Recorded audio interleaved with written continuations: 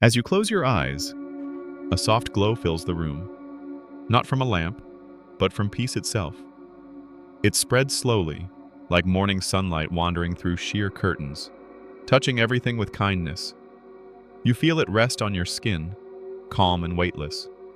The air hums with stillness, the kind that feels like a quiet promise that you are safe here, that the world has paused just for you. Breathe in gently. Let the air fill your chest like a wave that knows exactly where to go. And as you breathe out, feel the day slip away. Every worry, every name, every noise, fading like footprints in soft sand. Somewhere beyond the silence, a memory stirs. Of a time when nights were simple, when safety was a sound, not a wish. That sound is returning now. You are home. You are safe. And every breath you take is a lullaby. The rain had begun again. That soft, familiar drizzle that belonged only to Portland in October. It fell like a whisper on the cedar roofs, painting the evening in silver ripples. Every drop carried the scent of pine, soil, and distant ocean. For Mary Thompson, the sound wasn't sad.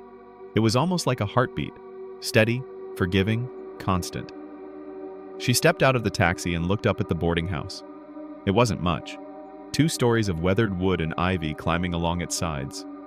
But to her, it was enough. After 30 years of marriage, and after watching her only son pack for college 2 months ago, enough was all she needed. The porch light flickered softly, a golden pool of warmth against the rain. She lifted her suitcase, its wheels clicking over the uneven boards, and paused at the door to listen. Somewhere inside, a clock ticked. Slow, old, dependable. She liked that sound too. Inside, the air was warmer than she expected, carrying traces of cinnamon, tea, and the faintest hint of old books. The landlady, Mrs. Ellerby, was kind enough, a woman with silver hair tied neatly in a bun and a voice that seemed to hum rather than speak. She handed Mary a key with the number 5 carved into its brass tag. "Your room's up the stairs, dear," she said, smiling. "Bathroom's at the end of the hall. Kitchen closes at 9, and if you need anything at all, just knock on my door." Mary thanked her softly, then began to climb the wooden staircase. Each step gave a low creak, as if the house were breathing beneath her feet. The hallway smelled faintly of lavender and rain-soaked wood. Pictures lined the walls. Faded photographs of the same street, taken long before the city's edges had filled with life. As she reached the top, she noticed it. The light. It glowed from under the door of room 6, across from hers. A warm, steady amber light, spilling gently across the floorboards. Every other door was closed and dark, yet that one shone like a lantern in fog. Mary paused, her hand resting on the rail. There was something oddly comforting about it, as though someone had left the light on just for her. The glow didn't blink or dim, it simply existed, humming with a soft stillness that seemed to warm the hallway itself. She smiled to herself. Maybe it was just another tenant who didn't like the dark. She could understand that. After months of sleeping in a half-empty house, she too had grown used to the company of small lights, kitchen lamps, radio screens, the hum of the refrigerator that never seemed to stop. Her room, number 5, was smaller than she imagined, but clean and gentle. A single window overlooked the street, where rain shimmered under the golden streetlights. She unpacked slowly, books, sweaters, a framed photo of her son in his graduation gown. She placed it on the nightstand beside a small ceramic lamp. Outside, thunder murmured far away, not angry, just distant, as if reminding her the world was still turning. She made herself a cup of tea in the shared kitchen downstairs, chamomile, her comfort of choice, and returned to her room. The hall was still dim except for that one light glowing under room 6. She found herself glancing at it again before entering her own door. It hadn't changed, hadn't flickered once. That night, as she lay in bed, the rain softened to a hush. The wooden beams above her sighed with the wind. Somewhere a floorboard creaked, perhaps from another tenant moving about.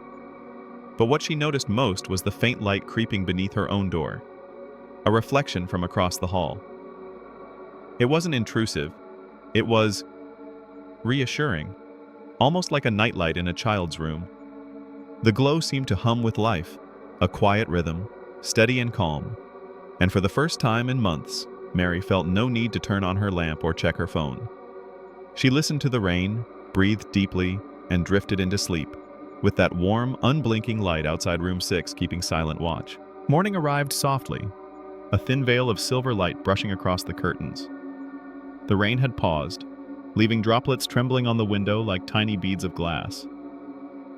Mary woke to the smell of brewed coffee and distant laughter echoing through the kitchen below. For the first time in what felt like years, she'd slept deeply. No restless turning, no hollow dreams. Just quiet. She blinked, stretched, and noticed it again. The golden glow still spilling faintly into the hallway from under room 6. Even in daylight it remained, soft but unwavering. Downstairs, Mrs. Ellerby, Helen, as she insisted Mary call her, was arranging a tray of freshly baked scones. The kitchen felt like stepping into a memory. Wooden cabinets painted pale green, lace curtains swaying gently, an old radio whispering jazz from a bygone decade. "Morning, dear," Helen said warmly, eyes wrinkling behind her glasses. "You sleep all right?" "Better than I have in a long time," Mary replied, pouring herself a cup of coffee. "It's a lovely house. Peaceful." Helen smiled, though there was something unreadable in her expression. "Peaceful, yes. She's an old house. Likes her quiet routines." Mary nodded, taking a seat near the window. Outside, the world looked washed clean. Cars moved slowly along wet pavement, and the maple trees had begun turning to copper and red. It felt safe, almost sacred, this kind of morning. As the tenants trickled in, a mix of quiet souls who offered polite smiles, conversation drifted easily. There was Henry, a retired schoolteacher with gentle eyes, Lila, a nurse who worked night shifts, and Thomas, who rarely spoke but always read in the corner. When Mary mentioned her room, Lila grinned knowingly. "Ah, you're next to the light," she said, half laughing. "The light?" Mary asked. Lila nodded toward the ceiling. "Room 6. That glow in the hallway? It's been on for as long as I've lived here. Nobody really notices it anymore." "Does someone stay there?" Mary pressed. "Not that I've seen," Henry murmured over his tea. "But Helen keeps it locked. Says it's storage." Helen's voice floated in from behind them, calm but firm. "Some things are better left undisturbed, Mr. Henry," she said, setting down a plate of butter. Then more softly to Mary, "The light doesn't bother anyone, dear. It's just part of the house." Mary smiled politely, though the curiosity lingered. She didn't sense menace in Helen's tone, only a strange tenderness, as though the light were something to be cared for, not questioned. That afternoon, Mary unpacked the last of her things, her worn journals, a box of letters, and a handful of books whose spines had faded from years of reading. She opened a fresh page in her leather-bound notebook and began to write. It felt good to write again. Her pen moved slowly, tracing words like footsteps through memory. She wrote about the rain, the smell of cinnamon from the kitchen, the creak of the stairs, and that steady golden light across the hall, a quiet companion in the dark. As the sun dipped behind the trees, the house slipped into its nightly rhythm. Doors shut softly, footsteps faded. The radio played one last sleepy tune before silence took over. Mary made herself a cup of tea and stood by her window, watching the fog gather over the rooftops. She thought of her son, his laughter, his stubborn kindness, and whispered a silent prayer for his safety. The ache of missing him still pulsed faintly, but here, in this strange little boarding house, the ache no longer felt sharp. It felt manageable. When she finally went to bed, the golden light was waiting, steady, unblinking. It painted a faint line across her floor, soft as a candle's breath. Lying there, Mary listened to the distant patter of rain beginning again, slower this time. Her eyes grew heavy. That warm, amber glow reached quietly through the gap beneath her door. A silent guardian. She could almost imagine it breathing with her, in rhythm, like an old friend watching over her sleep. And once again, she drifted off easily, the way children do, without effort, without fear, bathed in that strange, comforting light that never went out. The rain had grown heavier that night. Not the playful drizzle of the day, but a steady, thoughtful rhythm. It drummed on the roof like fingers tracing a lullaby. Mary sat in bed with her book, the lamplight warm on her face, the house hushed except for the sigh of wind through the gutters. It was nearly midnight when she closed the book and reached for the light switch. The golden glow from room 6 still leaked softly beneath the crack of her door, painting the hallway in honeyed tones. It had become part of her nights now, gentle, predictable, alive. But as she sank into her pillow, she heard it. A sound, faint, deliberate, like wood scraping against wood, a chair moving. She froze, listening. The noise came again, soft but distinct, from beyond the wall she shared with room 6. A second sound followed, a low, rhythmic hum, not mechanical, human. A voice, perhaps, humming the rise and fall of an old lullaby. Mary sat up slightly, holding her breath. It couldn't be someone living there, could it? Helen had said the room was storage, and besides, the hum carried something unusual. Not unfriendly, but old, as if it had been humming long before anyone came to listen. She tried to dismiss it. Just the wind, she whispered to herself. Old houses make old sounds. But when she leaned closer, when she listened, the sound stopped. Completely. The silence that followed was heavier than noise. Even the rain seemed to hesitate, as though the night itself was listening back. Mary waited, heart steady but awake. After a minute, she smiled quietly, shaking her head. Her imagination had always been too tender, too ready to weave meaning into the ordinary. Divorce, loneliness, they did that to the mind. She got up for a glass of water. The hallway met her like a dream, dim, soft, and steeped in that same golden light. It filled every corner gently, casting no harsh shadows. The door to room 6 stood closed, the light still glowing beneath it, patient and constant. Mary paused. The air felt different here. Not cold, but aware, as if the walls were holding their breath with her. She leaned slightly toward the door, listening. Nothing. Only her own breathing. For a moment, she thought she saw movement, a shift in the reflection across the hall. The old hallway mirror, framed in dark oak, caught her silhouette in its glass. She smiled faintly at herself, the kind of tired, amused smile one gives when caught being foolish. Then she turned to go. But her reflection didn't. It stayed for a heartbeat longer. Her head still tilted, her lips just beginning to curve. A delay so small, so human, it could have been her eyes playing tricks. Mary blinked, staring.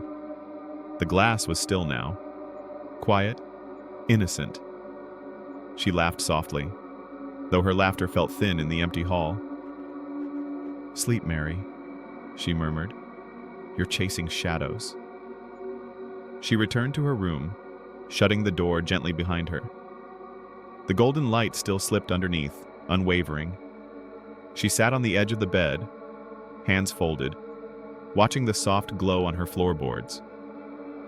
Somehow, despite the odd stillness, it felt comforting again, like a watchful presence that meant no harm. She breathed in, slow and deliberate, and wrote a single line in her journal before lying down. Sometimes, the light feels like it's waiting for something. When she turned off her lamp, the glow from room 6 grew brighter, or perhaps the darkness just made it seem so. The hum did not return. The house exhaled, and Mary, after a long moment of stillness, surrendered once more to sleep, unaware that in the mirror across the hall, her reflection had not yet closed its eyes. Days in the boarding house began to fold over one another like pages in a well-loved book, quiet, measured, comforting in their sameness. Mary had always been a creature of habit, but now, in this new season of solitude, her rituals became her lifeline. At 9 every morning, she brewed chamomile tea in a chipped porcelain pot, the steam curling through the cool kitchen air like soft breath. By 10, the rain would usually arrive, steady, unhurried, painting the cedar shingles outside with a patient rhythm that only Portland could perfect. She would open the window just enough to let the scent of wet earth drift in.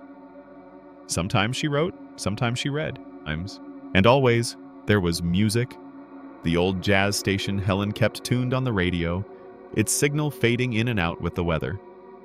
The trumpet's mellow sighs filled the house like a memory trying not to be forgotten. Life, for a while, felt simple again. Helen would hum as she dusted the hallway pictures, Lila came and went with her night shift stories, and Henry told quiet jokes over breakfast about the rain's refusal to take a day off. Even the silence had a softness to it, the kind that didn't weigh on you, but held you gently, like a wool blanket. Except for room 6. That light, the one that had become her strange glowing companion, still burned every night, and now, every so often, she could hear faint noises behind the door. At first, she thought she imagined them. A quiet shuffle, like slippers moving across the floor, the whisper of pages being turned, and always that same gentle hum, low and steady, threading itself through the silence like a heartbeat behind the wall. She found that she didn't mind. It was oddly comforting, as though someone were awake with her, keeping her company in those long, sleepless moments before dawn. Sometimes, she even whispered a goodnight toward the wall before turning off her lamp. One rainy afternoon, she mentioned it casually to Helen over tea. "I keep hearing something from room 6, Mary said, stirring honey into her cup. "It's faint. Maybe a draft or, I don't know, pages turning perhaps, like someone reading." Helen didn't look up right away. She poured her tea slowly, hands steady, face thoughtful. "Old houses make all kinds of noises," she said finally. "The walls remember more than we do. That's what my mother used to say." There was warmth in her tone, but also something evasive, a gentleness that avoided questions rather than answering them. "I hope it's not a bother," Helen added after a pause. "That light's never caused any harm." "Oh no," Mary said quickly. It's actually kind of nice. I don't feel so alone at night." Helen smiled faintly, though her eyes drifted toward the window where the rain had begun to fall harder. "Loneliness is a tricky thing, dear. Sometimes it fills the room before we even notice." Mary didn't ask more. She understood what Helen meant. After all, she'd spent months drowning in her own silence before coming here. But now, something about this house, this glow, gave her the illusion of presence, a quiet reassurance that she wasn't entirely forgotten by the world. That evening, Mary resumed her ritual, tea at 9, rain at 10, soft jazz until the static became part of the melody. The light from room 6 spilled into the hallway again, serene and unbroken. She sat by her window, journal open, pen moving lazily. "The light feels different tonight," she wrote. "Brighter, or maybe warmer. It's strange, but sometimes I think it listens when I breathe."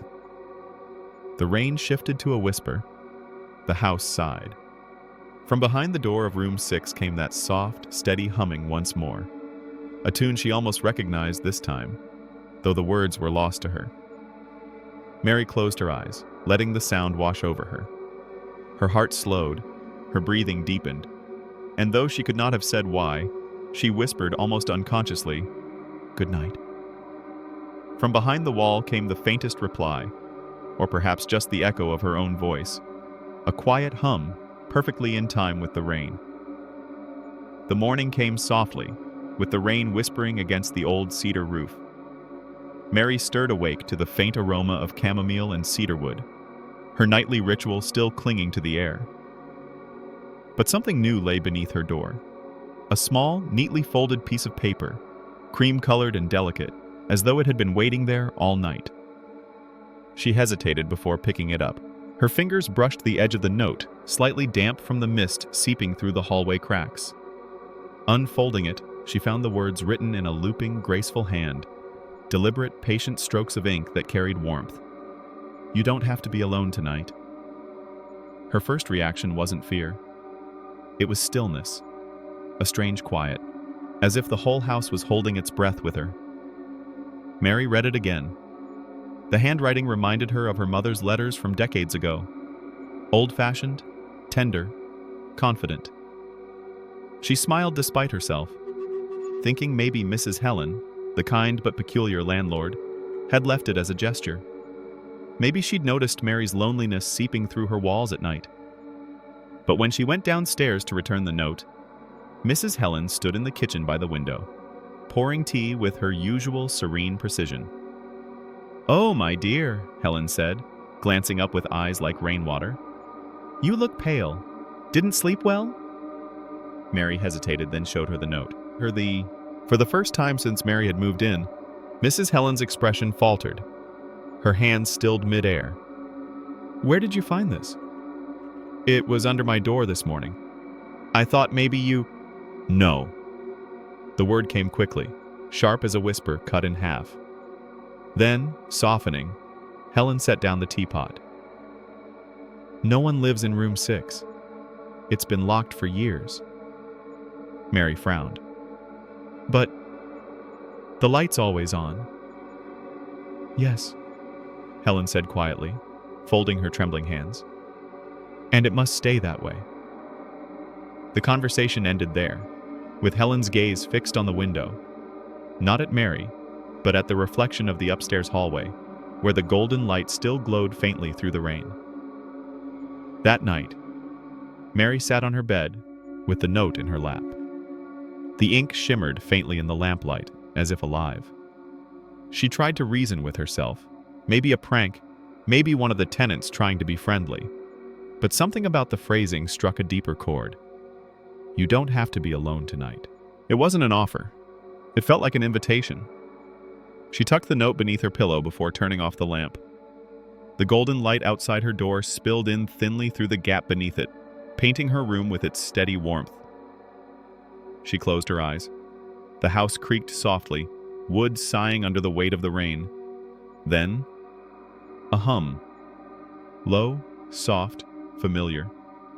The same tune she'd heard before, faintly behind room 6's door. Mary didn't move. Her heart beat slow, heavy, but not in fear. In recognition. The melody. She knew it. It was the lullaby her mother used to hum when she was a child, when thunder frightened her to tears. Tears welled in her eyes now, uninvited, tender. She whispered into the dark, barely breathing, "Thank you." The hum stopped, and from the hallway, just beyond the glow, came the soft sound of a chair scraping against wood, the same sound as before. Only this time, it was followed by the faintest reply, a whisper that wasn't menacing, but fragile, almost human. A voice carried on the edge of breath. "You're welcome." Mary didn't scream, she didn't move. Instead, she turned her face into her pillow and let the warmth of that unseen presence, gentle, ancient, impossible, cradle her into sleep. For the first time in years, she didn't dream of loss, only of light. That night, Mary drifted into sleep as the rain softened to a whisper against the roof. The golden glow from room 6 filtered gently through the crack under her door, painting the room in a soft amber hue. Warm, steady, alive. In her dream, she found herself in a familiar place, though she couldn't name it. A small classroom, perhaps. The kind that smelled faintly of chalk and old paper. The air shimmered with that same golden light, spilling from a single lamp on a wooden desk. A woman sat there, her back turned to Mary. She was grading papers in slow, deliberate strokes, her pen gliding across the page with elegant precision. There was something soothing about the rhythm, the faint scratch of the nib, the quiet rustle of parchment, the hum under her breath. Mary took a step closer.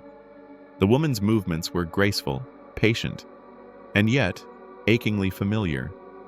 The way she tilted her head, the curve of her shoulders, the way her hair fell slightly out of its bun.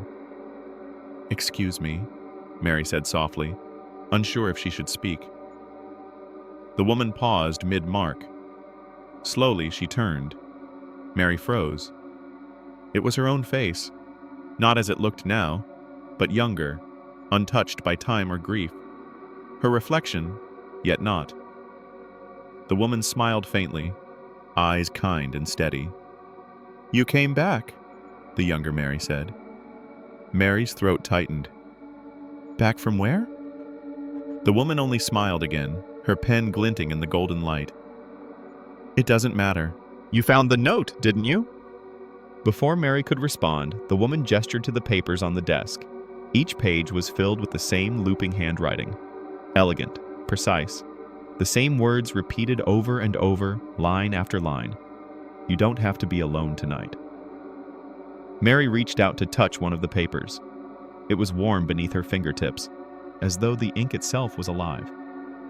The woman, her younger self, looked up at her once more. "It's all right," she whispered.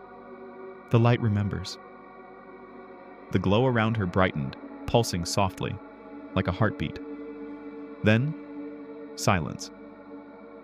Mary gasped awake. Her room was quiet, except for the steady patter of rain. The clock read 3:12 a.m. She sat up slowly, her heart pounding.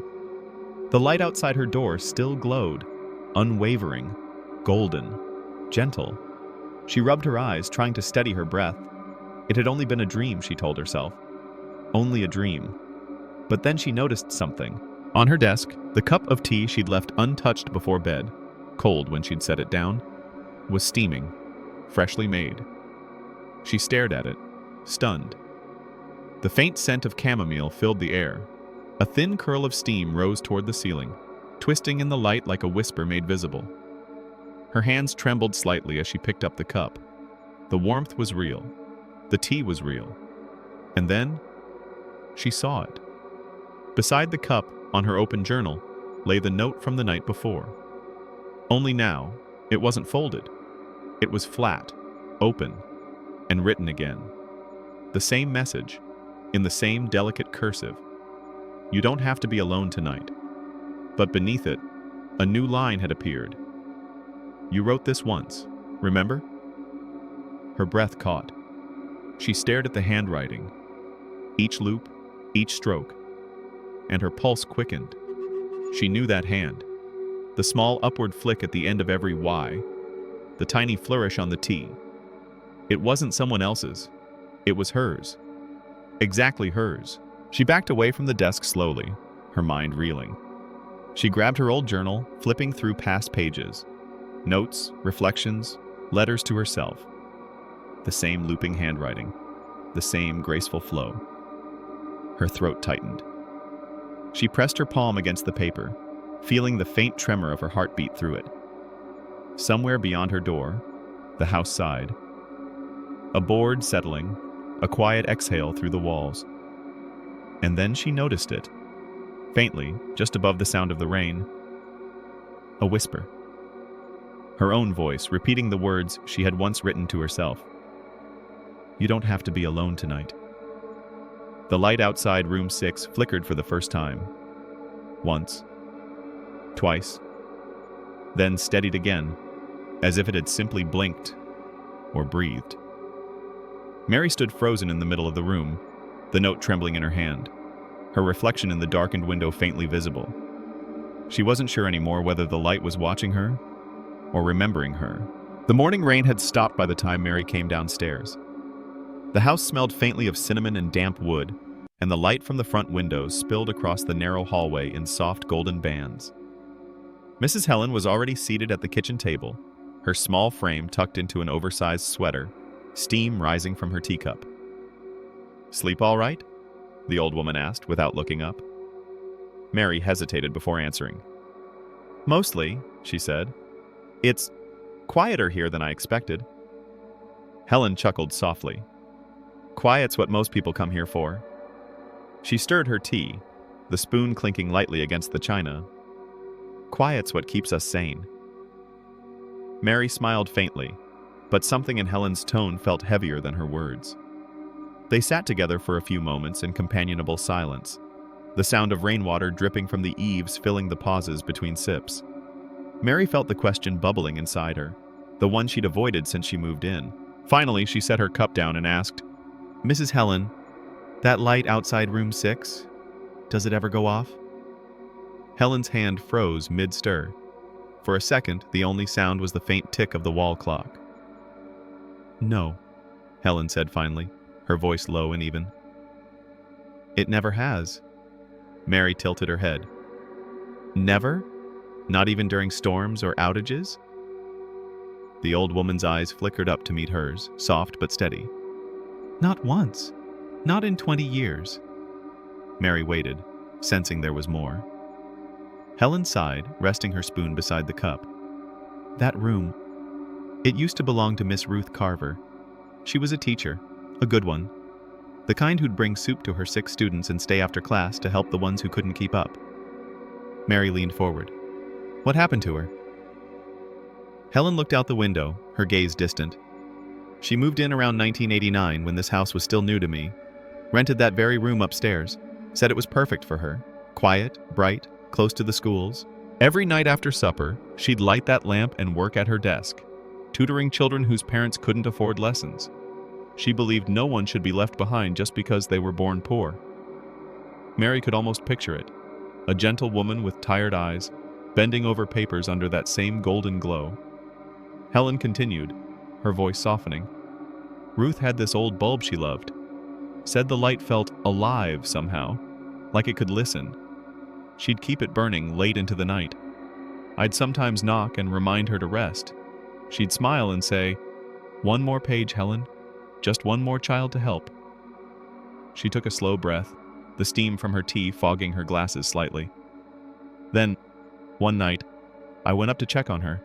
The clock had just struck midnight. The door was closed, but I could see the light under it, the same way you can now. I called her name. No answer. I thought she'd fallen asleep at her desk again." Helen paused. The rhythm of her words faltered, like the tremor of an old memory resurfacing. "When I opened the door, she was sitting upright, papers spread all around her, pen still in her hand. Peaceful, like she'd just stopped mid-thought." Mary felt a chill run through her, though the kitchen was warm. "She died there?" Helen nodded. "Heart failure," the doctor said. "Quick and quiet. Like her light just went out." The old woman's eyes turned toward the ceiling, toward the room above them. "But here's the thing," she said in a near whisper. "When they took her body away and I went to turn off the lamp, it wouldn't go dark. I switched it off, unplugged it, even replaced the bulb. Didn't matter. Every time it came back on." She gave a faint, almost resigned smile. "After a while, I stopped trying. Maybe it was her way of staying close to the children she loved. Maybe she just didn't want to leave this world entirely." Mary stared into her tea, the reflection of the kitchen light rippling with each heartbeat. "And no one else has lived in that room since?" Helen shook her head. "A few tried. Didn't last. Said they felt watched. Not in a cruel way, but gently, like someone waiting to be remembered." The clock ticked again, steady as breathing. Mary swallowed hard. "Do you ever talk to her?" Helen's smile returned, sad but serene. "Sometimes when the nights are long.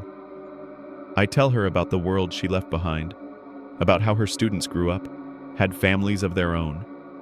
And every now and then, when I finish, that light flickers, just once.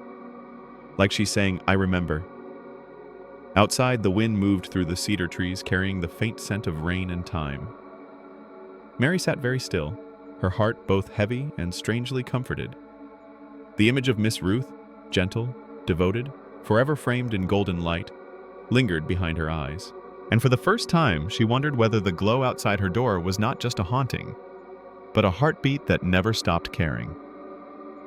The next evening, Mary stood in the hallway outside room 6, the light humming softly above her. It glowed with that same steady warmth Helen had described. Not bright, not harsh, but alive. She hesitated for a moment, holding a small porcelain cup in both hands. Steam drifted upward, carrying the faint scent of chamomile and honey. It felt strange, maybe even foolish, but something in her heart urged her forward. "Good evening, Miss Ruth," she whispered softly, setting the cup gently on the floor before the closed door. "You worked so hard for everyone else. Maybe someone should make tea for you." The old floorboards creaked beneath her feet as she turned to go. For a moment, she thought she heard a faint rustle from behind the door, like papers being shifted, a pen sliding off a desk. But when she looked back, the hallway was still. It was only that soft, unwavering glow remained. The next morning, the cup was empty. Not tipped, not broken, just clean and dry, placed neatly by the wall. Mary smiled faintly, though she didn't fully understand why. It was the first time in months she'd woken without that heavy weight in her chest. That night, she placed another small offering outside room 6, an old paperback she'd once loved, its pages worn from years of rereading. A collection of short poems, gentle, nostalgic, filled with grace. She wrote a note on the inside cover. "For when the nights feel too long." The following morning, the book was gone. In its place, a single candy, wrapped neatly in red foil. Mary laughed softly when she saw it. It was the kind of candy teachers used to hand out to children. A small, simple sweetness. She unwrapped it, placed it on her tongue, and felt the sugar melt slowly, leaving behind a taste she hadn't known she missed. That day, she cleaned her room, humming quietly as rain tapped against the window.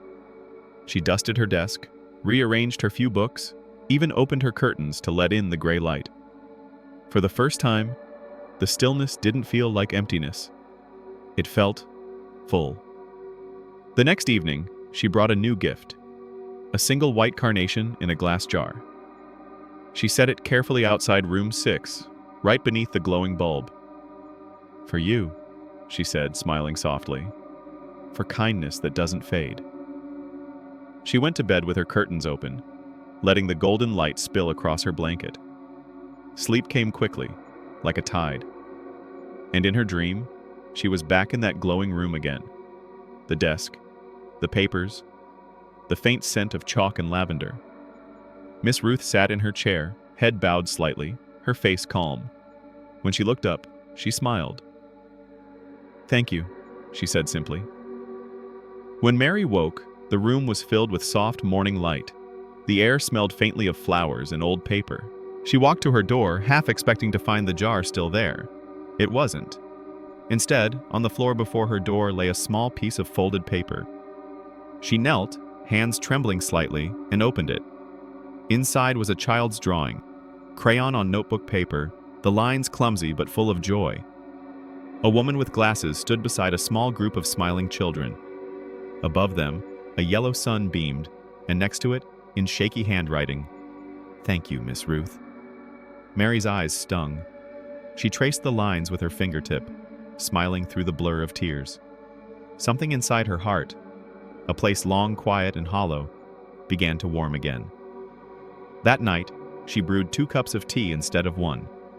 She sat by her window, the golden light spilling across her hands, the rain whispering softly beyond the glass. Her insomnia, the restlessness that had haunted her for months, was gone. In its place was a sense of gentle presence, as if someone, somewhere, was keeping her company in silence.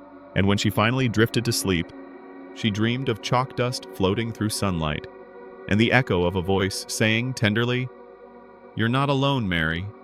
You never were." The storm rolled in just after midnight, a deep, rumbling growl that pressed against the windows and shook the old boarding house to its bones. The rain came down in steady sheets, tapping against the glass like fingertips. Mary lay in bed, half awake, listening to the rhythm of the storm. Normally, she loved nights like this. The rain always felt like company, gentle, endless, familiar.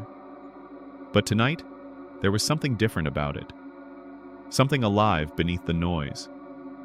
Lightning flashed, painting the walls in white for a heartbeat, then fading back into gold as the light outside room 6 burned steadily on. Even the thunder seemed to keep a respectful distance from that glow. Mary turned on her side, pulling the blanket closer. "It's just a storm," she whispered to herself. Nothing more. But then she heard it. Faint, almost hidden beneath the whispering rain. A voice. Soft, breathy, unmistakably human. "Mary." She froze. Her pulse quickened, her breath caught halfway in her throat. She strained to listen. "Mary, thank you." It wasn't the wind. The sound had weight, warmth, a nearness that brushed against the edges of her consciousness. She sat up, her eyes darting toward the door, toward the light seeping through the bottom crack. The storm roared again, thunder rolling through the sky like a warning. Another whisper, closer now. "Mary." She swallowed hard, clutching the blanket. "Miss Ruth?" Her voice trembled as she said the name, half hopeful, half afraid. "Is that you?" The silence that followed felt heavier than thunder. Then, another sound, soft as breath, from behind her. Inside the room. Mary turned slowly. Lightning flashed again, illuminating every familiar shape. Her dresser, her books, the little clock ticking softly by her bedside. Everything exactly as it should be. And yet, the air felt occupied. She could smell something faint, like old paper and lavender, the same scent she'd noticed after finding the drawing. "Mary," the voice whispered again, but this time it was not outside, not through the wall. It was right beside her ear. Her breath hitched. She turned sharply and found no one there. Just the faint shimmer of golden light reflected in her mirror, flickering like candlelight. For a long, suspended moment, she stared into her own reflection. Pale face, trembling hands, eyes wide. And then she saw it. A shadow standing just behind her, soft and indistinct, like the outline of a woman bathed in warm light. Lightning flashed once more, and the shadow was gone. Mary pressed a hand to her chest, her heartbeat loud and wild. But beneath the fear, there was something else. A strange calm, almost gratitude. The whisper hadn't felt threatening. It had felt grateful, gentle, human. Gentle. She turned toward the window, where rain streaked the glass like tears. The golden light still glowed faintly through the storm, unbothered, eternal. "Miss Ruth?" she whispered softly, her voice barely audible over the rain. "You're welcome." As she lay back down, the thunder softened, rolling farther into the distance. The light from room 6 seemed to pulse once, faintly, as though acknowledging her. Mary closed her eyes. The fear settled into something quieter, a strange, fragile peace. And somewhere between the thunder and the rain, she thought she heard one last whisper, fading into her dreams. "You kept the light alive." It was one of those rainless nights that Portland sometimes offered after days of drizzle. The air washed clean, the streets glistening faintly under amber lamplight. The scent of wet cedar still lingered, and the sky hung low with the promise of another storm. Mary sat by her window, her chin resting on the back of her hand. The world outside was wrapped in stillness, save for the occasional rustle of wind through the maple trees. The golden light outside room 6 glowed steadily, the only thing breaking the darkness along the narrow hall visible through the open curtains. She hadn't meant to stay up this late. Her tea had gone cold. Her journal lay half-filled with a few meandering thoughts about gratitude, time, and the strange peace that had returned to her life. And yet, she couldn't look away from that light. It felt less like she was watching it, and more like it was watching with her, a companion in quiet. Sometime after midnight, the stillness broke. A faint flicker, a tremor of motion against the golden glow. For a heartbeat, Mary thought it was a trick of her eyes. or maybe a car passing down the distant street. But no, it was inside the house.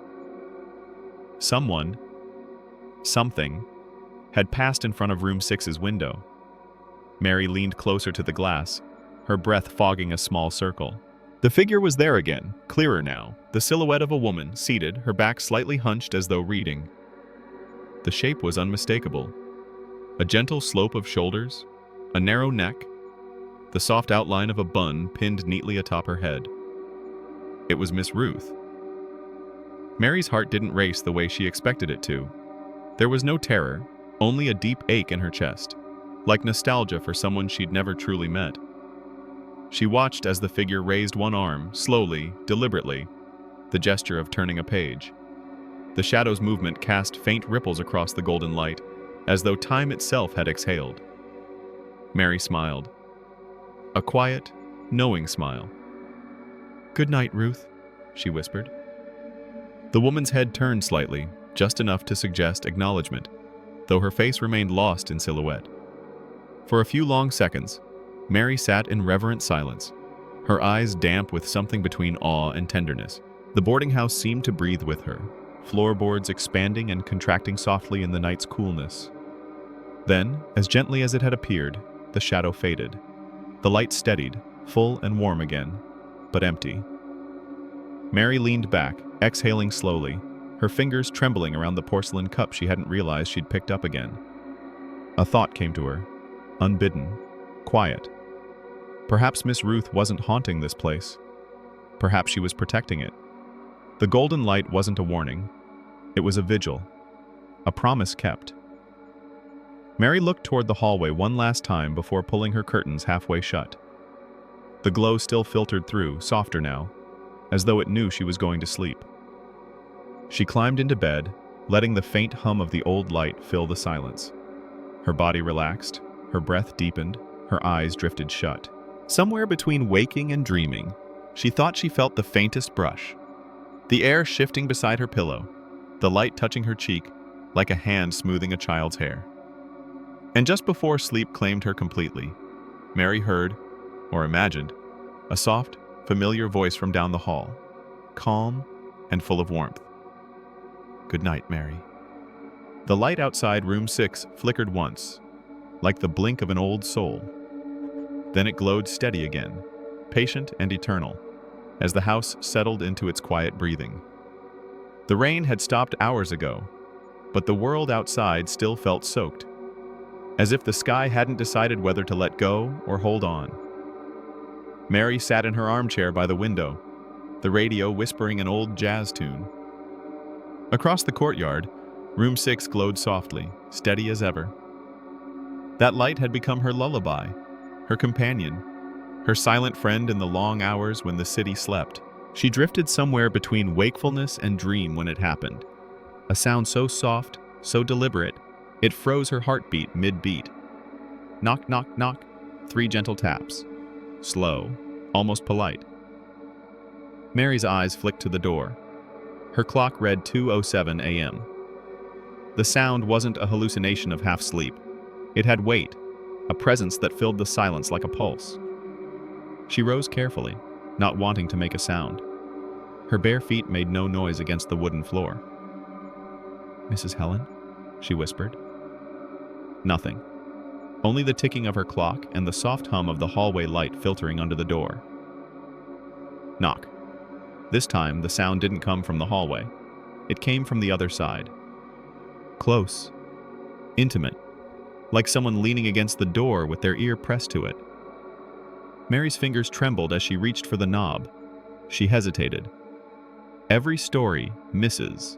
Helen had told about Miss Ruth swirled through her mind. The night classes, the laughter of unseen children, the light that refused to die. Maybe it was a dream. Maybe it wasn't. She opened the door. The hallway stretched out, empty. The air shimmered faintly, the way heat does above summer asphalt. The familiar golden light bathed everything in a gentle glow. But no footsteps, no voices, no figures, just stillness. Then, a scent drifted past her. Faint, nostalgic, human. lavender soap, chalk dust, the faint sweetness of paper ink. It wasn't random. It was a memory. Mary stepped out, heart racing. The light from room 6 flickered for the first time since she'd moved in. Just once, like a blink. She almost called out Ruth, but stopped herself. The quiet felt sacred. When she returned to her room, she saw it. On her desk lay a piece of paper, placed perfectly square in the center, where her journal usually sat. A school report card, yellowed with age, edges curled slightly as if handled too many times. Across the top, neat cursive letters spelled Mary Evans, grade A+. Her breath caught. The handwriting. It was the same looping script as the note she'd received days ago. You don't have to be alone tonight. She ran her fingertips over the page. The ink shimmered faintly under the lamplight. Not wet, not dry, something in between. She felt warmth, as if the paper had just been held by living hands. Her eyes filled. For months, she'd felt unseen, unacknowledged. The world had moved on without her, like a book everyone had finished reading. Yet here, in this quiet, haunted building, someone, or something, had noticed her. "Thank you," she whispered, her voice trembling. "For this." Outside, the golden light pulsed once more, brighter than before, then dimmed to its usual calm glow, as though the building itself had exhaled. Mary pressed the report card to her chest. For the first time, the thought didn't terrify her. Maybe she wasn't the only one trying to be remembered. Maybe Miss Ruth, too, just wanted someone to say goodnight. The storm rolled in without warning. No thunder, no lightning, just a deep, shifting darkness that swallowed the city, one block at a time. At first, Mary didn't notice. She was reading by her small desk lamp, her radio humming softly in the background, when the world suddenly exhaled, and everything went still. The radio went silent. The lamp dimmed, then blinked out. Even the hum of the refrigerator faded into nothing. For a few long seconds, there was only her heartbeat. Then she noticed it. That golden glow bleeding through the cracks of her curtains, unwavering. Room 6 was still lit. Mary rose from her chair, her pulse quickening. She walked to the window, peering through the thin lace curtains. Across the courtyard, every apartment was dark, except for that one. Its light shone softly against the rain-slick bricks, steady as ever, like a lantern guiding her through an ocean of shadows. Moments later, a knock came at her door, hurried, nervous. "Mary, you awake?" It was Mr. Dalton from room 3, his voice hushed but strained. Behind him stood 2 more tenants, young Ellie from room 2 and old Mrs. Klein, clutching her robe tight around her. They all looked pale, their faces washed in candlelight. "The power's out all over the block," Dalton said. "But that room..." He pointed down the hall. The faint golden light was spilling beneath the door of room 6, flickering just slightly, like a living thing. It's been like that for years, but never during an outage. Mrs. Klein crossed herself. "It ain't right," she whispered. "Helen told us the bulb was wired separate, but..." "She told me no one's lived there in decades," Mary interrupted softly. Ellie's candle trembled in her hand. "Then who turned the light on?" The hallway seemed to breathe around them, wood creaking, wind sighing through the old vents. Somewhere, deep in the building, a pipe groaned like an echo from another time. Mary felt it again. The gentle pull toward room 6. That same pull she'd felt since the first night she'd seen the light. The same quiet curiosity that had once comforted her and now filled her with unease. "I'll check," she said before she could stop herself. The others stared at her, wide-eyed. "Mary, don't," Mrs. Klein warned. "Let Helen handle it in the morning." But Helen wasn't home tonight. She'd gone to visit her sister. Mary picked up a flashlight from her table, though she barely needed it. The glow from room 6 painted the hallway in a strange, honey-colored haze. As she approached the door, the air grew warmer. Not hot, but softly radiant, like sunlight through a curtain. She reached out, fingers trembling, and placed her palm against the wood. It was warm. Not the dry heat of electricity, but the kind of warmth that comes from skin, from life. She drew her hand back, staring. "It's alive," she murmured without thinking. Behind her, Dalton whispered, "Mary, step away." But she didn't move. She leaned closer, listening. There it was again, faint, rhythmic, like pages turning. Then a soft hum, almost like someone breathing through the wall. Her flashlight flickered.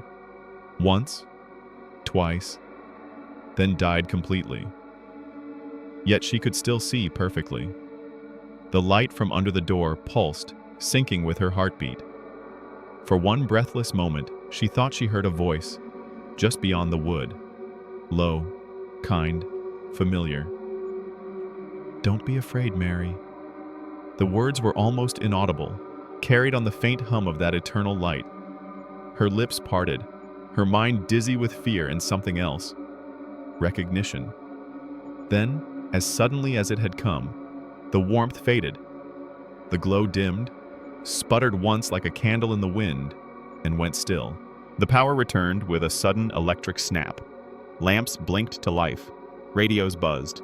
Somewhere, a kettle whistled to a boil. But room 6 stayed dark. Mary stood there, her palm still tingling where it had touched the door. And for the first time since she'd arrived, the light that had always comforted her was gone. Morning arrived gray and trembling, rain crawling down the window in slow, uneven rivulets. Portland's autumn chill crept in quietly, soft and damp, the kind that made the whole world seem half asleep. Mary stirred from bed, still heavy with dreams she couldn't recall. Her breath misted in the cool air. She rubbed her eyes, blinked toward the window, and froze. There, drawn into the thin layer of fog on the glass, were 3 words, etched by a finger she hadn't lifted. "She needs you." Mary's stomach turned. The letters glistened faintly in the pale morning light, perfect and deliberate. The handwriting, looping, gentle, felt familiar. She whispered to herself, "Ruth?" Her first instinct was to wipe it away, but something in her chest stopped her. Instead, she pressed her fingers against the cold glass, tracing the words like a prayer. The room was quiet. Too quiet. No rain tapping the window pane now, no pipes groaning. Even the sound of the street had dimmed, as if the world were holding its breath. Then she noticed the light. Through the crack at the bottom of her door, a soft, golden hue spilled in. The unmistakable color of the room 6 light. But that couldn't be right. The bulb had gone dark last night for the first time in decades. Mary's pulse quickened. She reached for her robe, her slippers, her courage. The hallway beyond her door was awash in that familiar amber glow. Warm, gentle, alive. It wasn't electric light. It moved. It shimmered faintly, like candlelight trapped inside honey. Dust motes drifted through it, glowing like fireflies. The door to room 6 was open. Mary hesitated at the threshold, her hand trembling. "Ruth?" she whispered. Her voice barely carried through the air. It's Mary." No answer. Only the faint creak of an old wooden chair. She stepped inside. The scent hit her first. Lavender and old paper, chalk dust and something faintly floral, like carnations long since dried. The room was exactly as Helen had described it. Simple, lived in, almost tender. A single bed, neatly made. A bookshelf lined with worn novels and old lesson plans, and in the corner, beside the glowing lamp, a small oak desk. On the desk lay an envelope, unsealed. Inside, a half-finished letter written in that same looping hand. "To the one who keeps the light, if you can read this, it means I am still waiting. There are children who never learn to say goodbye." The rest trailed off mid-sentence. Beside it, a fountain pen rested at an angle, the nib glistening as if freshly dipped. A cup of tea steamed faintly beside it.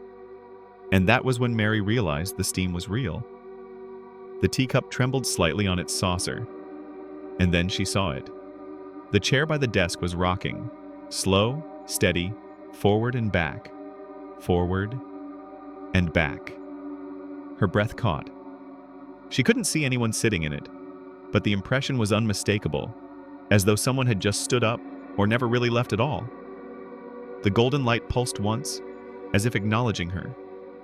And in that instant, Mary understood the message on the glass. She needs you. This wasn't about fear. It wasn't even about haunting. It was a calling. Mary took a step forward, her voice trembling but sure. Ruth, if you can hear me, I'm here. You don't have to wait alone anymore. The rocking chair slowed, stopped. Then, ever so softly, the desk lamp flickered. A brief, gentle dimming. And in that moment of half-darkness, Mary thought she saw the outline of a woman standing beside the desk. A faint silhouette. Kind eyes, hair pulled back, a shawl over her shoulders. The glow brightened once more, steady, serene. And just like that, the room was still again. Only the faint scent of lavender lingered. And the letter, waiting to be finished. The next evening came quietly, as if the house itself wished not to disturb the moment. Rain murmured against the eaves, soft and steady. Mary sat at the small desk in room 6, the amber lamp casting its usual golden warmth across the paper she had found.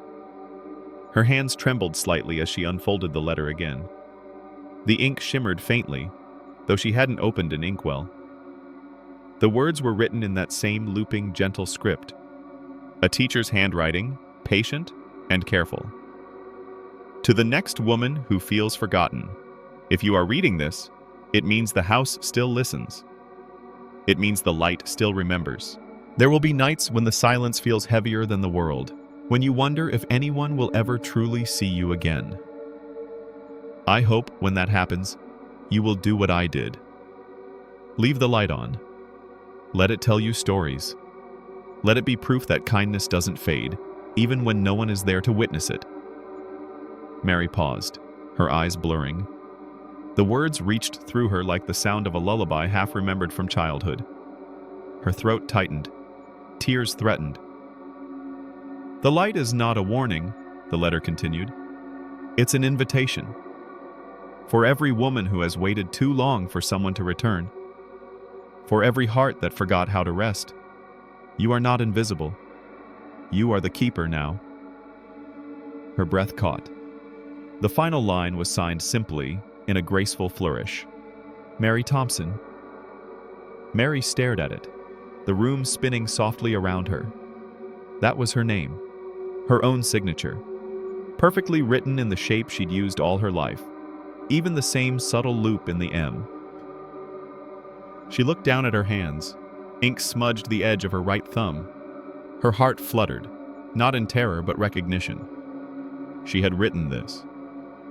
Or she would. The edges of the letter rippled gently, as though stirred by a breath that wasn't hers. She could almost hear Ruth's voice behind her, calm, reassuring, like a teacher reading aloud. You were never alone, Mary. You were meant to finish the story. Mary lifted the fountain pen. Its nib gleamed softly under the golden light, waiting. She added one final line beneath the signature, her hand moving as if guided by memory itself. And when your time comes, leave the light burning. Someone will need it. The lamp flickered once, not a warning, but a nod, then settled into a steady, peaceful glow. Outside, the rain softened to a whisper. Mary folded the letter carefully and placed it back on the desk, her fingers lingering on its edges. The air around her felt lighter now, full of quiet understanding. For the first time in months, she didn't feel like a tenant or a stranger in someone else's story. She was part of it, the next keeper of a gentle legacy built from loneliness, compassion, and peace. As she turned off her own bedside light later that night, the one outside room 6 shone a little brighter. its golden halo spilling into the hall like the warmth of a held hand. And Mary smiled in her sleep, dreaming of chalk dust and lavender and the calm presence of someone who had never really left. The storm came without warning. One moment, Portland's evening was all drizzle and soft light. The next, thunder rolled over the hills like a living creature, shaking windows and bending trees. The air turned electric, alive. Rain lashed against the old cedar shingles of the boarding house, drumming out a rhythm that was too loud to ignore. Mary stood by her window, her palms pressed to the cool glass. Outside, the sky burned in pulses of white fire, splitting the darkness open again and again. Each flash revealed a brief, trembling glimpse of the street below. Gutters overflowing, the maple tree twisting in the wind. She'd weathered dozens of storms in her life, but this one felt different. The house itself seemed to tense with each thunderclap, as if bracing for something it had been expecting for years. Then she heard it. At first, just a murmur beneath the rain, faint, rhythmic. Children's laughter. Mary frowned, leaning closer to the window. That couldn't be right. It was nearly midnight, the street deserted. Yet through the deluge came the unmistakable sound of giggling, light, joyful, echoing faintly like it was carried on memory rather than air. "Hello?" she whispered, though she didn't expect an answer. The wind howled in reply, rattling her window pane. But beneath it, clear this time, a woman's voice floated through the storm, warm and familiar. "Inside, children, you'll catch your death in this rain." Mary's breath caught. The tone was unmistakable, gentle, firm, filled with that ageless patience only a teacher could have. Ruth. Her pulse quickened. She turned toward the door, drawn by instinct. The golden light outside room 6 had been steady for months, constant, unwavering. But now, from under her door, it wavered, faint, flickering, as if struggling to hold on. Lightning split the sky, flooding the hallway in pale blue light. For the briefest moment she saw movement. Shadows of small figures darting past the frosted window at the end of the hall. The laughter came again, closer this time, like echoes chasing themselves in circles. Mary stepped into the hallway. The air was heavy, charged, almost humming with invisible energy. The walls creaked softly as though breathing. Room 6's door stood half open, and the light spilling out of it pulsed violently. Bright, dim, bright again, fighting against the darkness. "Ruth?" Mary called out, her voice barely audible above the roar of rain. "Are you here?" No answer. Only the distant thunder, rolling endlessly. She edged closer. Every instinct told her to retreat, to shut the door, to hide under her covers until morning. But she couldn't. Not now. Not when she'd come this far. Not when she felt, more than ever, that something was ending. As she reached the doorway, a powerful crack of thunder split the air. The house shuddered.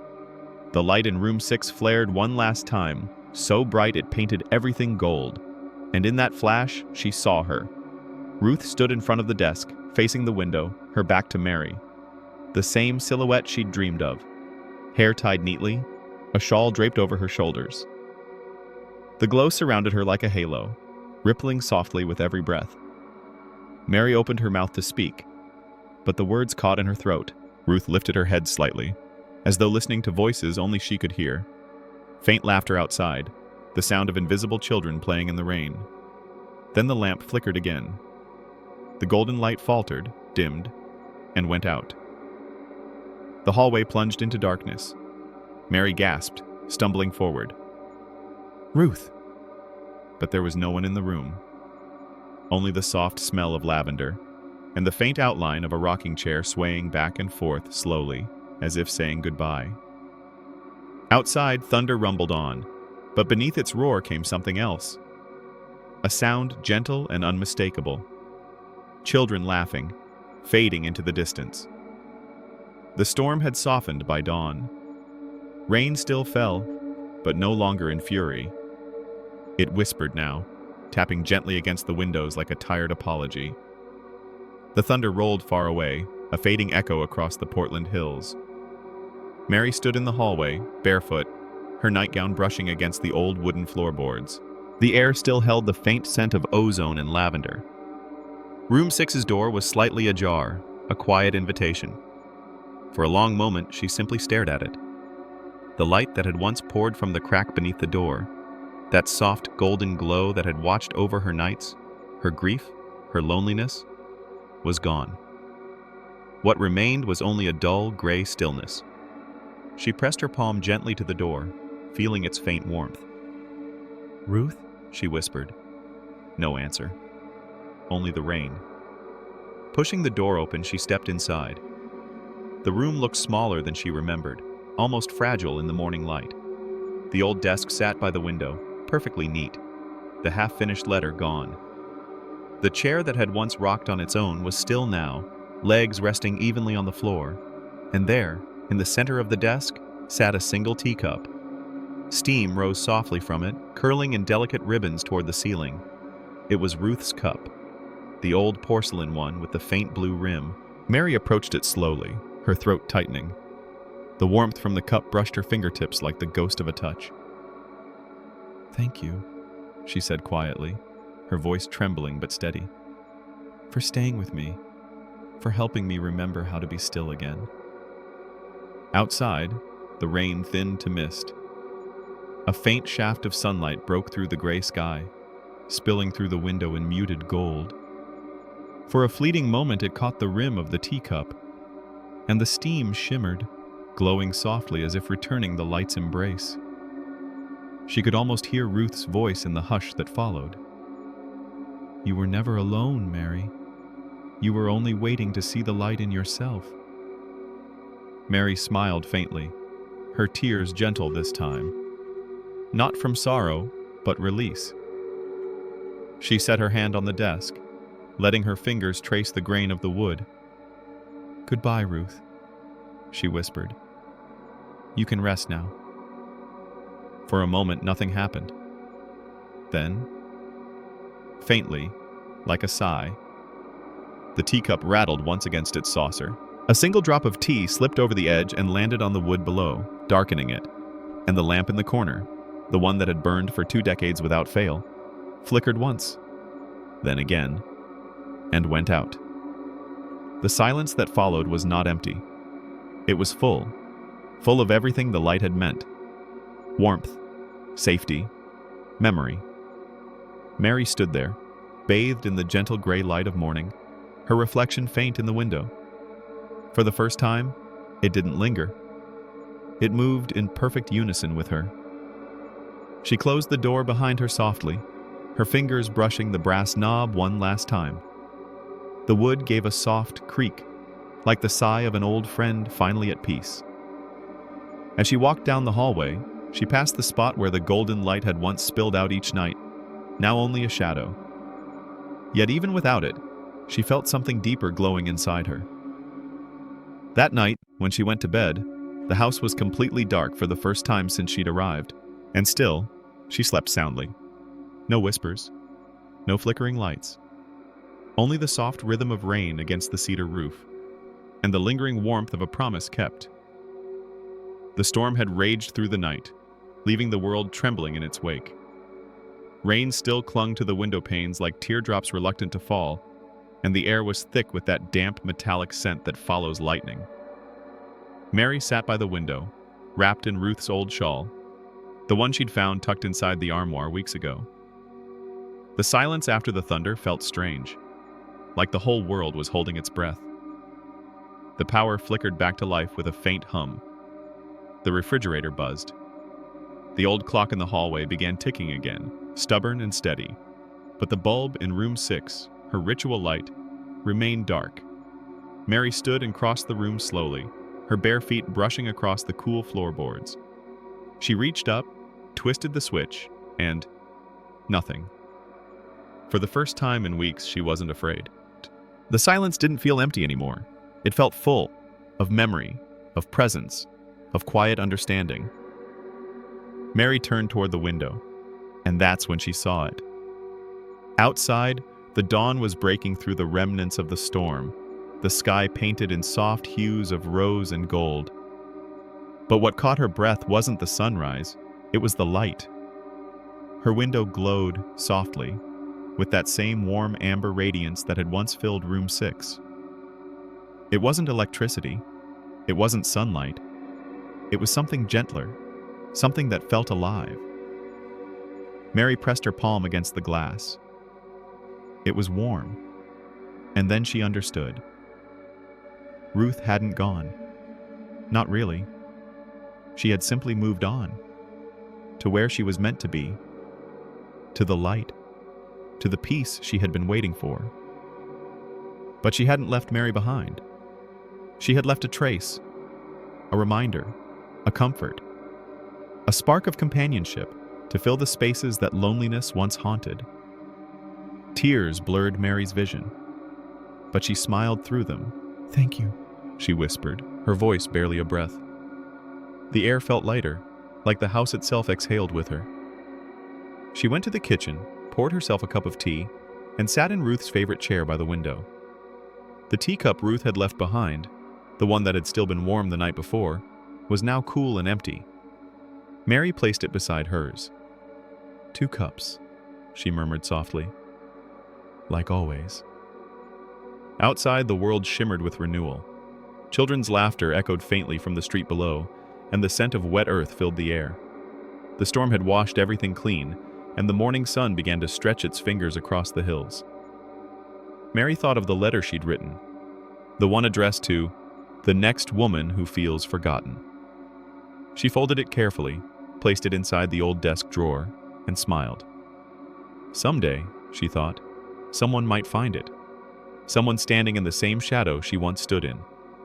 And maybe, like her, they'd find a light waiting quietly in the dark. As she sipped her tea, the window continued to glow.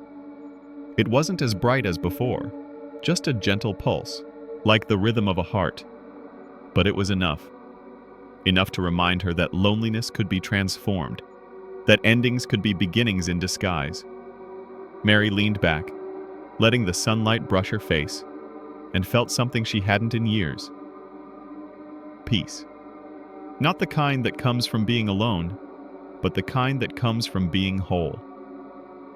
The light in the window flickered once more, softly, almost playfully, before settling into a steady, golden hum.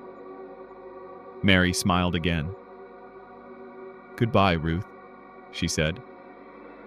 "And good morning." Outside, the dawn fully bloomed, spilling light across the valley. Inside, Mary closed her eyes and breathed deeply, feeling warmth on her skin, in her heart.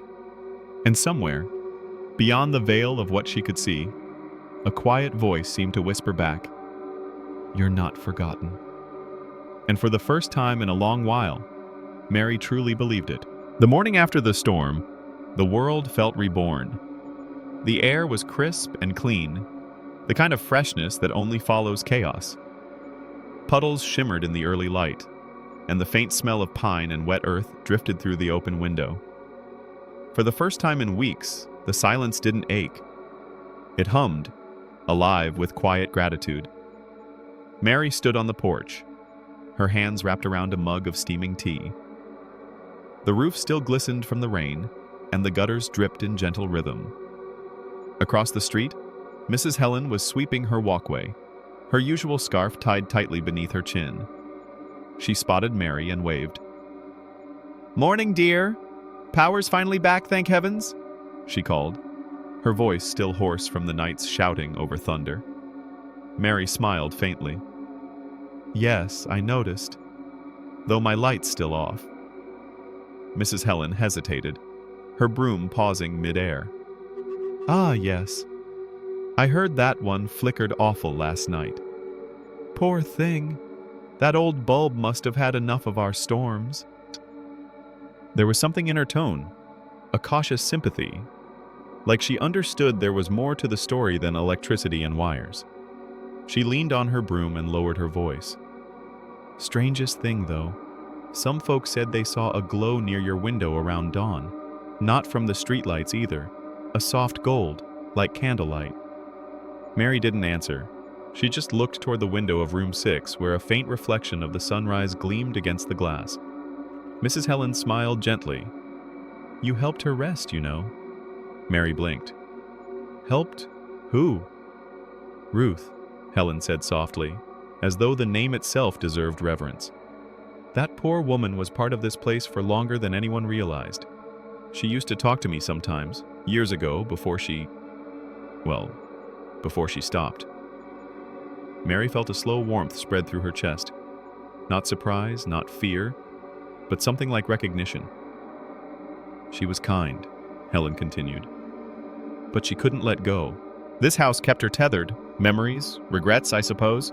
She always said she was waiting for someone to finish the conversation. Helen's eyes glistened in the morning light. Maybe that someone was you. The words settled in Mary like sunlight through dust.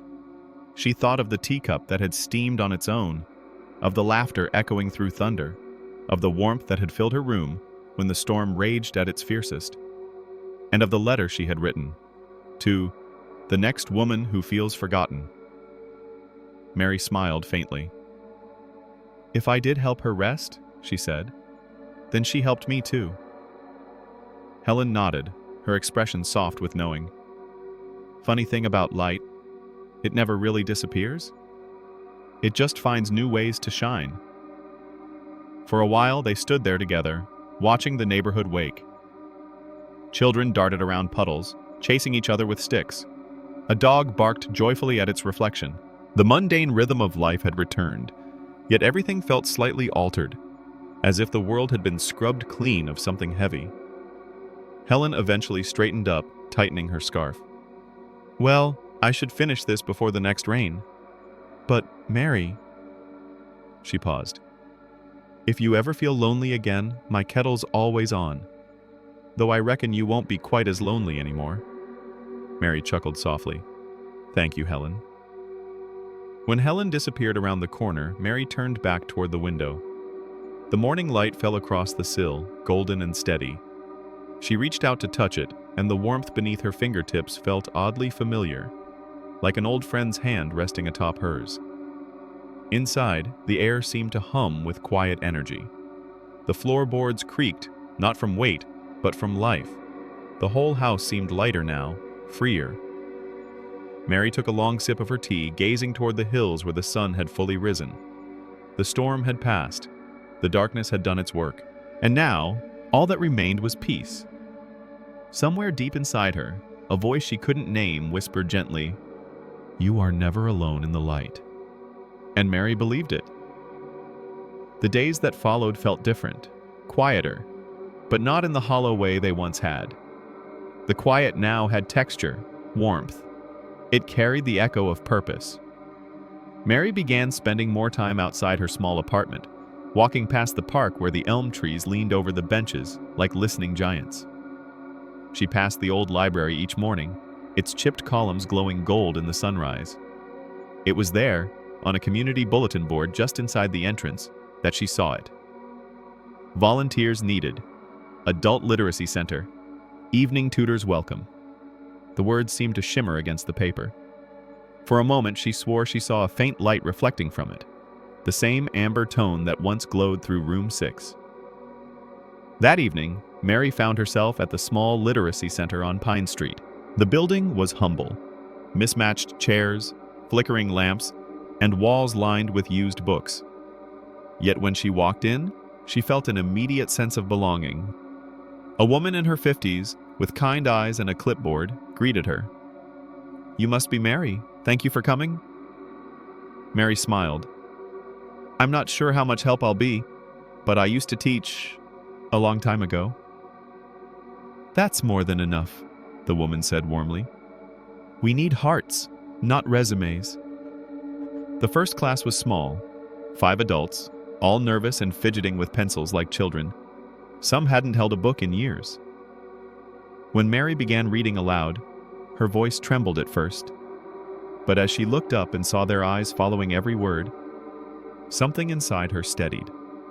The fear of insignificance, the ache that had followed her for so long, began to fade. Each night, she taught them a little more. Simple stories at first, then poems, letters, essays. The students started to linger after class, talking to her about their days. They laughed when she brewed tea during lessons, calling it the teacher's fuel. And slowly, the classroom began to take on a familiar warmth. The soft hum of connection filled the air. The old lamps glowed brighter than they should have. Sometimes, during the quiet moments between lessons, Mary thought she heard a faint page turning in the back of the room, though no one was there. One night, a young mother named Carla lingered after everyone else had gone. She looked around the classroom and smiled shyly. "It feels nice in here," she said. "Peaceful, like someone's watching over us." Mary paused mid-step, her heart fluttering. "Does it?" Carla nodded. "Yeah. I don't know. It's silly, but it feels like kindness lives here." Mary smiled softly. "It's not silly at all." When Carla left, Mary walked to the front of the classroom and looked at the blackboard. The last line of the day's reading still lingered in chalk. "Every light that fades leaves room for another to rise." She set down her chalk and turned off the lamps, one by one, except the smallest one on her desk. It flickered for a moment, then steadied. For a brief second, she saw a reflection in the window. A woman sitting at a desk beside her, hair pinned neatly, marking papers with calm focus. Ruth Carver. But when Mary blinked, she was gone. Still, the air smelled faintly of lavender and chalk dust. She whispered, "Thank you." From that night on, teaching became more than a pastime. It became her calling. Each lesson was a thread connecting her to something greater, a continuation of a kindness that refused to fade. The students grew, the classes filled, and laughter returned to the old building. And sometimes, when Mary locked up for the night, she'd glance back and see the faintest glimmer of golden light inside the darkened room, as though someone, somewhere, was still keeping the lamp lit. The months passed softly, like pages turning in an old, beloved book. Portland's autumn had returned, rain tracing slow silver lines down car windows, the scent of cedar and wet leaves filling the air once more. Mary's life had found its rhythm again, classes in the evening, long walks in the park, quiet tea at her window.